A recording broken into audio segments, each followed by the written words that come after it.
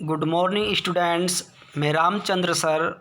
आज के इस वीडियो में हम पढ़ेंगे, स्टडी करेंगे HX हैलोजन अम्ल की क्रियाशीलता। हैलोजन अम्ल की क्रियाशीलता के घटते क्रम को देखें तो घटते क्रम में सबसे अधिक क्रियाशील HI, उससे कम क्रियाशील HBr, उसके बाद HCl और सबसे कम क्रियाशील HF होता है और सबसे अधिक क्रियाशील HI होता है।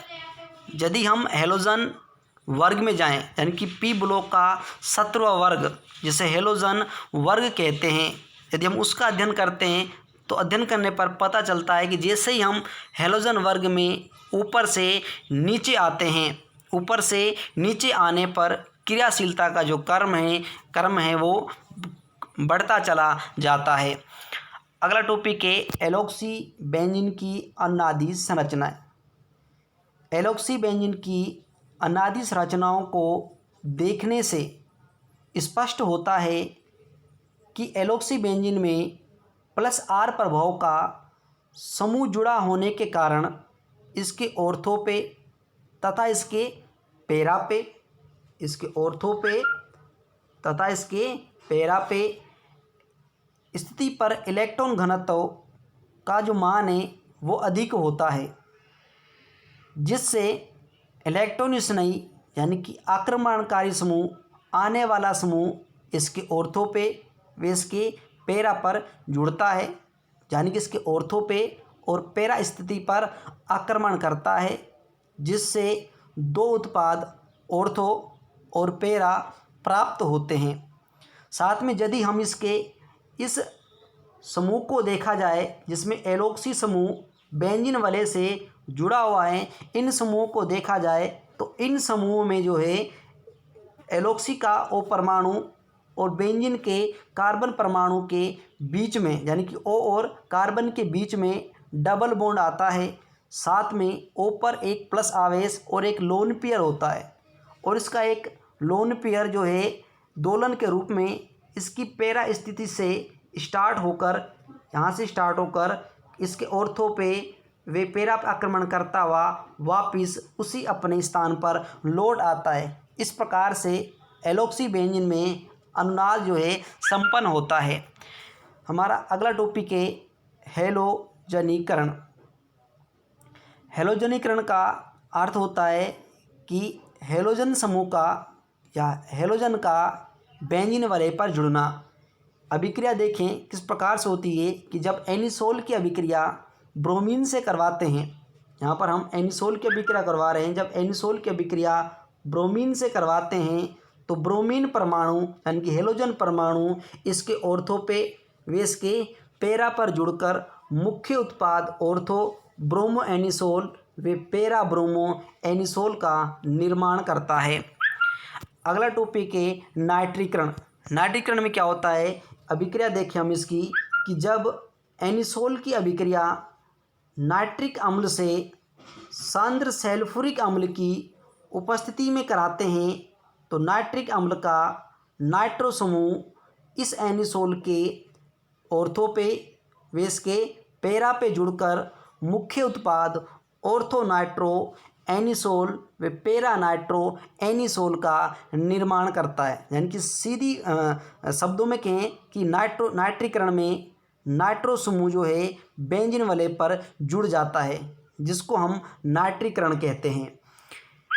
अगले अभिक्रिया है फ्रीडिल क्राफ्ट अभिक्रिया। इसमें दो अभिक्रिया अध्ययन करेंगे, एक अभिक्रिया जो है एल्किलीकरण और दूसरी अभिक्रिया एसिटिलीकरण। पहले हम बात करें एल्किलीकरण की। एल्किलीकरण का अर्थ होता है कि एल्किल समूह का बेंजीन वलय पर जुड़ना, चाहे वो मेथिल हो चाहे वो एथिल हो। अभिक्रिया देखें इसकी कि जब एनिसोल की अभिक्रिया मेथिल क्लोराइड से निर्जल एल्युमिनियम क्लोराइड की उपस्थिति में करवाई जाती है तो इसका जो मेथिल जो समूह है, इसका जो मेथिल समूह इस एनिसोल के ऑर्थो पे, यहाँ पे ऑर्थो पे और इसके पैरा पे जुड़कर जो है ऑर्थो व पैरा मुख्य उत्पाद का निर्माण करता है। अगली अभिक्रिया है एसिटिलीकरण। एसिटिलीकरण को देखें इसका अर्थ होता है कि एसिटिल समूह का बेंजीन वलय पर जुड़ना एसिटिलीकरण कहलाता है। अभिक्रिया देखें कि जब एनिसोल की अभिक्रिया एसिटिल क्लोराइड से निर्जल एल्यूमिनियम क्लोराइड की उपस्थिति में करवाई जाती है तो एसिटिल क्लोराइड का एसिटिल समूह, जिसे एसिटो बोल सकते हैं, एसिटिल समूह एनिसोल के ऑर्थो पे बेस के पैरा पर जुड़कर मुख्य उत्पाद ऑर्थो व पैरा का निर्माण करता है।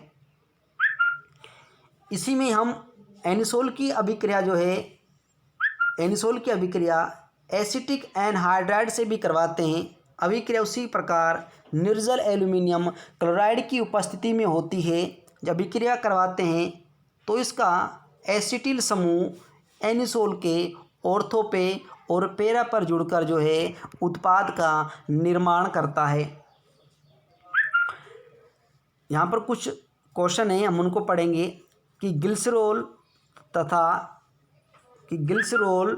तथा एथिलीन ग्लाइकोल का सूत्र लिखकर IUPAC नाम बताइए। तो ग्लिसरॉल तथा एथिलीन ग्लाइकोल एल्कोहलों के सामान्य नाम हैं। हमें इन्हीं दोनों के सूत्र लिखने हैं तथा साथ में इन्हीं के IUPAC नामकरण भी लिखना है। पहले हम बात करेंगे एथिलीन ग्लाइकोल की।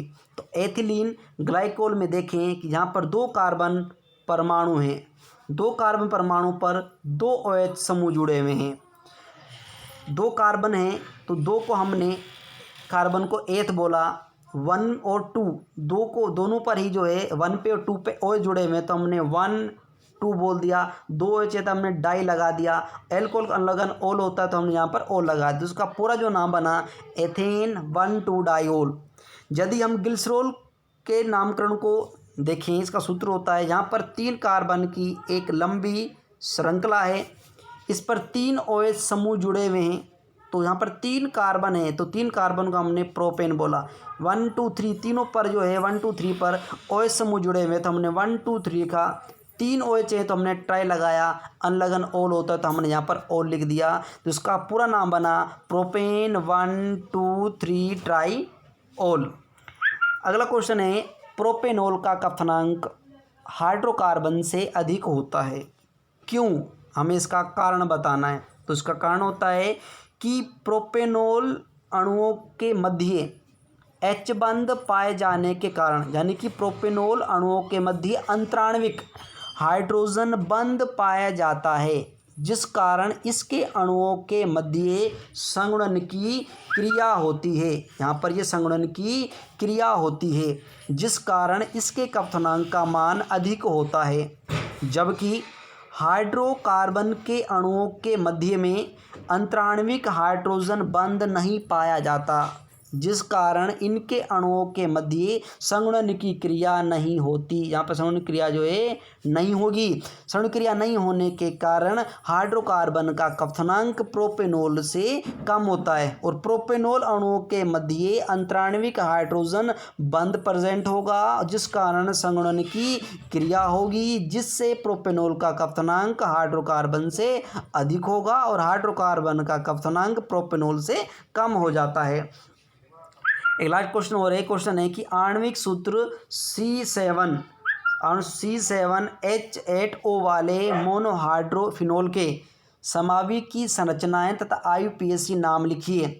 यहाँ पे हम इसका नामकरण करें, यदि नामकरण देखें तो यहाँ पर जो है 7 कार्बन है। हम कार्बन से संरचनाएं बनाएंगे और उनका IUPAC नाम भी लिखेंगे। तो यहाँ पर 7 कार्बन है, 7 में से 6 कार्बन की हमने एक बेंजीन इस संरचना को बना लिया। 6 कार्बन की एक कार्बन है जो मेथिल के रूप में बना और इसका एक O और एक H परमाणु जो है फिनोल के रूप में बेंजीन वलय पर जुड़ गया।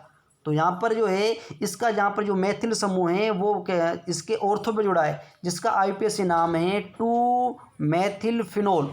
अगली संरचना में हमने इसी मेथिल समूह को हमने इसके मेटा पर जोड़ दिया। 1 2 3 का नंबर पे जुड़ा हुआ है तो उसका IUPAC नाम होगा 3 मेथिल फिनोल। अगली संरचना में हमने इसी मेथिल को इस फिनोल के पैरा पे जोड़ दिया, यानी कि 1 2 3 4 नंबर पे जुड़ा हुआ है, कार्बन पे जुड़ा हुआ है, तो नाम बना इसका 4 मेथिल फिनोल। इसका जो IUPAC नाम होगा। इस प्रकार से हमने 3 संरचनाएं बनाई और तीनों का हमने जो IUPAC नामकरण किया। आज के वीडियो में हम इतना ही पढ़ेंगे। कल के वीडियो में हम कुछ नया लेकर आएंगे। तब तक के लिए धन्यवाद।